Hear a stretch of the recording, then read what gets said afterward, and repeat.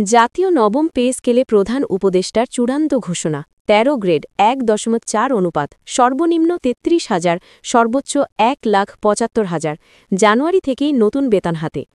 আসসালামু আলাইকুম প্রিয় দর্শক, আজকের এই বিশেষ সংবাদটিকে আমরা শুধু ব্রেকিং নিউজ বলতে পারি না। এটি গত কয়েক মাসের অস্থিরতা, দুশ্চিন্তা, অপেক্ষা, দাবি দেওয়া এবং শিক্ষক কর্মচারীদের হৃদয়ের গভীরে জমে থাকা দীর্ঘ প্রত্যাশার এক চূড়ান্ত অবসান। মূল আলোচনা যাওয়ার পূর্বে এখনও যারা চ্যানেলটি সাবস্ক্রাইব করেননি, এখনই চ্যানেলটি সাবস্ক্রাইব করে বেল বাটনটি অন করে দিন। দর্শক, আজকে যে ঘোষণা এসেছে, এই ঘোষণাটি শুধু একটি বেতন কাঠামো নয়, এটি এক প্রকার স্বস্তির নিঃশ্বাস, ন্যায্যতার স্বীকৃতি এবং একটি জনগোষ্ঠীর বহুদিনের আন্দোলনের প্রতিফলন। আজকের সংবাদটি বাংলাদেশের সরকারি চাকরি প্রশাসনের ইতিহাসে একটি নতুন অধ্যায়, যেটি আগামী দিনের আর্থসামাজিক কাঠামো, কর্মচারীদের জীবনমান এবং শিক্ষা ব্যবস্থার স্থিতিশীলতাকে নতুনভাবে সংজ্ঞায়িত করবে। দর্শক, আমরা আজ কথা বলছি জাতীয় নবম পে স্কেলের চূড়ান্ত ঘোষণা নিয়ে। গত কয়েক মাস ধরে শিক্ষক কর্মচারীদের আন্দোলন ছিল তুঙ্গে, কখনো ক্লাস বর্জন, কখনো মানববন্ধন, কখনো ঢাকা শহর অবরোধের মতো কঠোর কর্মসূচি। তারপর একের পর এক বৈঠক, বাজেট সংকটের আলোচনা, দ্রব্যমূল্য, বাজার দর, আর্থিক প্রভাবের হিসেব নিকেশ। এই সব কিছুর মধ্যেই আজ দুপুরে প্রধান উপদেষ্টা অবশেষে রাষ্ট্রপক্ষের আনুষ্ঠানিক সিদ্ধান্ত জানিয়ে চূড়ান্ত প্রজ্ঞাপন জারি করেছেন। দর্শক, আজকের দিনের এই ঘোষণা সরকারি প্রশাসনের লক্ষ লক্ষ মানুষের চোখে জল এনে দিয়েছে।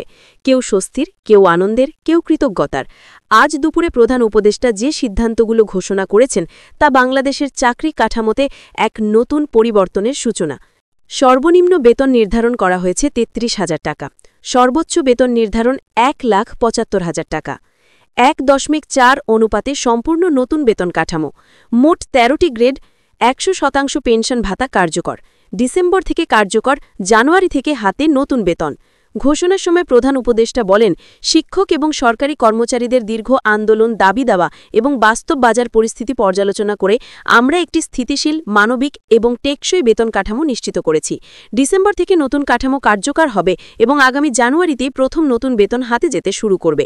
তিনি আরও যোগ করেন, অবসরপ্রাপ্তদের পূর্ণ আর্থিক নিরাপত্তা দিতে ১০০% পেনশন ভাতা কার্যকর করা হয়েছে। কোনো রকম অস্পষ্টতা বা বিভ্রান্তির অবকাশ রাখা হয়নি। তার বক্তব্যে ছিল দৃঢ়তা, স্বস্তি এবং দীর্ঘদিনের জনচাপের প্রতি সম্মান।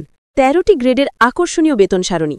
Grade ১ ১,৭৫,০০০, grade ২ ১,৬২,০০০, grade ৩ ১,৫০,০০০, grade ৪ ১,৩৮,০০০, grade ৫ ১,২৫,০০০, grade ৬ ১,১২,০০০, grade ৭ ৯৮,০০০, grade ৮ ৮৫,০০০, grade ৯ ৭৩,০০০, grade ১০ ৬২,০০০, grade ১১ ৫০,০০০, grade ১২ ৪০,০০০, grade ১৩ ৩৩,০০০।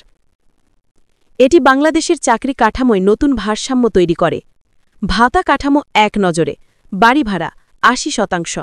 আগে ভাতা ছিল বিভিন্ন জোন ভিত্তিক, নতুন কাঠামোতে একমাত্রিক করা হয়েছে। চিকিৎসা ভাতা ৭,০০০ টাকা, স্বাস্থ্য খরচের নিরবিচ্ছিন্ন চাপ কমাতে স্থায়ী সুবিধা। পরিবহন ভাতা ৪,০০০ টাকা, দৈনিক অফিস যাতায়াতে সহায়তা। শিক্ষা সহায়তা ২,০০০ টাকা, শিক্ষক কর্মচারীদের পরিবারের সন্তানদের বাস্তব উপকারে আসবে। উৎসব ভাতা ২ বার, প্রতিবার ১০০% বেতন। পেনশন ভাতা ১০০%, দেশের ইতিহাসের সবচেয়ে বড় অর্জনের একটি। ১.৪ অনুপাত। এটি কেন গুরুত্বপূর্ণ? বেতন বৈষম্য কমে, প্রশাসন আরও স্থিতিশীল হয়, গ্রেডের লাভটা যুক্তিসঙ্গত, দায়িত্ব এবং বেতনের সামঞ্জস্য আসে। ডিসেম্বর জানুয়ারির রোডম্যাপ। প্রজ্ঞাপন আজ। ডিসেম্বর ফিক্সেশন এবং বাস্তবায়ন।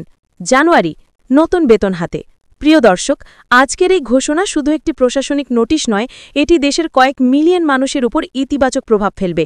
যারা দীর্ঘদিন ধরে অপেক্ষায় ছিলেন, স্বপ্ন দেখছিলেন, আন্দোলন করছিলেন, আজ সেই স্বপ্ন পূরণ হল।